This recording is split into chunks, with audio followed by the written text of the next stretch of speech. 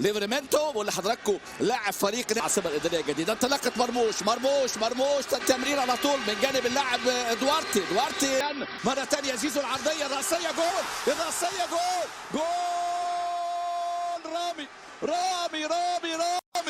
رامي امامنا يضعها باقتدار ويسجل رامي ربيعه يتقدم في هذه الكره وهذه اللقطه.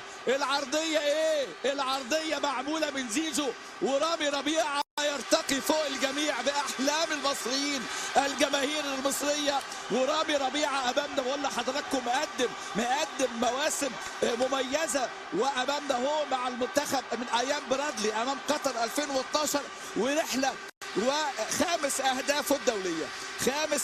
خامس هدف سجل في مرمى قطر وكان سجل ايضا في مرمى استونيا وبعد كده شفناه سجل في مرمى كرواتيا. وبص امامنا الكره بتاعت مرموش هي من زيزو المخرج. عيد يا عم عيد يا سيدي ومتعنا. بص ضرب امامنا هنا رجع وغطى وادي امامنا هنا تسديده من محمد صلاح يحييها مره ثانيه ويعمل عرضيه.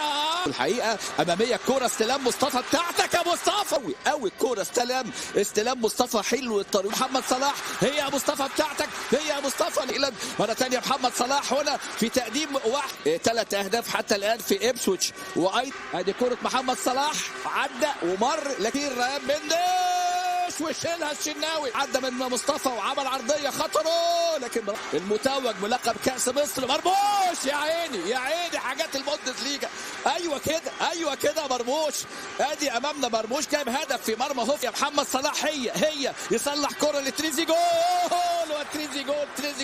تريزيجيه. بص شوف محمد صلاح المرحله الجديده اتفتحت والتاني جاي لكن اتقطعت. مستويات مميزه استلام حلو قوي يا عيني مرموش. صلاح يبحث عن تمريره رايه صح قطعت تصل الى جواو باولو خطيره يا ولد الشناوي. زيزو بالكرات العرضيه لكن رجله فتحت وتطلع. شوف امامنا هنا وادي احد خبراء التمرير انطلاقه مصطفى مرموش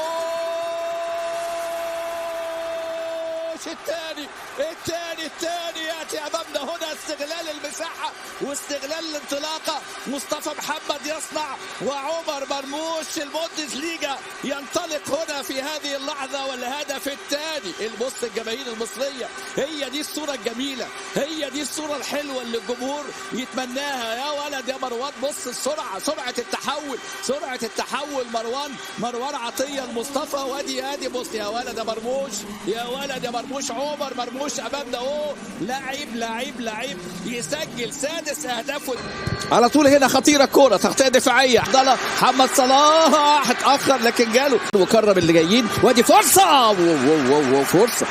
ادي امان وادي مصطفى هي مصطفى ولكن ياتي هنا ابراهيم هي حلوه كره معموله محمد حمدي بيراميدز مصطفى فتحي بيراميدز ياتي هنا في هذه اللقطه. ابراهيم عادل بيراميدز ايضا اللي كان على وشك الانتقال لختافه ولكن هي كره القدم اول اهداف ابراهيم عادل